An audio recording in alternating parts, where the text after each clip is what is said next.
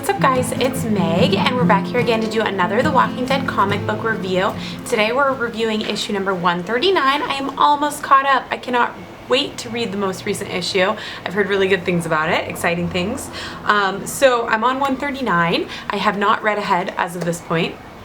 This was a great issue. Now, correct me if I'm wrong, but we haven't heard from Michonne since All Out War, right? We haven't known what she's been up to. Am I correct in this? Because I feel like I'm forgetting things.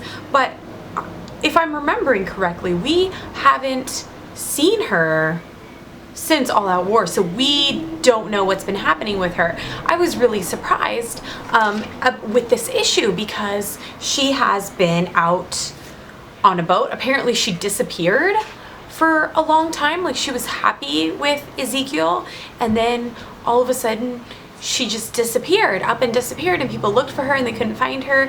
And I don't know how it came about, her being on this boat. No matter, we finally find out where she's been this entire time. And you know, they don't quite give us all of the information, but you know, it looks like she pretty much just disappeared and then somehow she ended up on this boat. I don't know if this was, they found her or this was a planned thing, but they've been out on a boat fishing and getting lots of fish, I guess.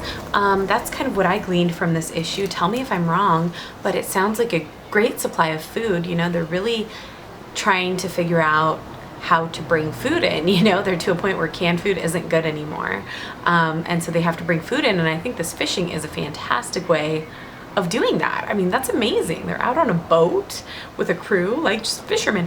When we first saw her on the boat, she totally looked like a pirate to me. I was like, who is that? Oh my gosh, that's Michonne. So really exciting to see where she's been. Now we also see some of her, hear her talk about the reason why she disappeared, that really she felt guilty about being so happy with Ezekiel and potentially starting over with her life, and so she felt so much guilt on that, that she took off. And we find out a little bit more about her past, her husband and her two daughters, how she had left them and then everything happened and she doesn't know whether they're alive or dead, but she assumes they're dead because the husband couldn't protect them. Now, I don't remember ever hearing Michonne's history before in the comics. Now, we may have.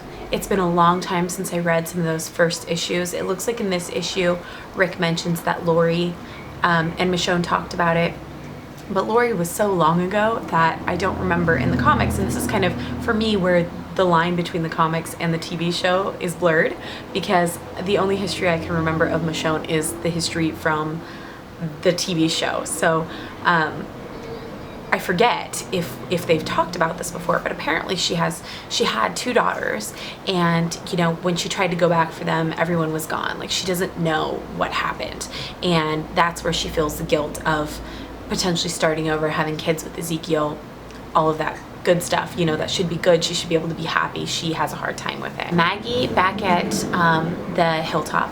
Maggie discovers that Carl is missing, has been missing for a couple of meals. She assumes that he went after Lydia. She's not necessarily even worried about him being able to take care of himself. She's more worried about the fact that the Whisperers will find him and think that he's a spy for the hilltop, and what will happen then. Sorry, my camera stopped recording there for a second. Basically, so will the Whisperer's wrath come down upon the hilltop? What will happen to Carl when they find him? And they do find him. He's sitting under a tree, I guess, with his guard down. I don't even know why he's just sitting there, and he's found and he's aiming a gun at them. Alpha is there. She tells him to put down the gun because either way he's going to die if he tries to do anything, and that's about all we know.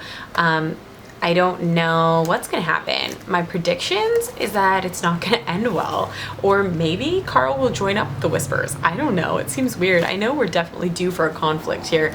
These guys can't be happy forever with no villain in The Walking Dead. I mean, it just doesn't happen. So that's it for this review, guys. I liked this issue. I'm excited to see what happens next. I'm excited to finally catch up.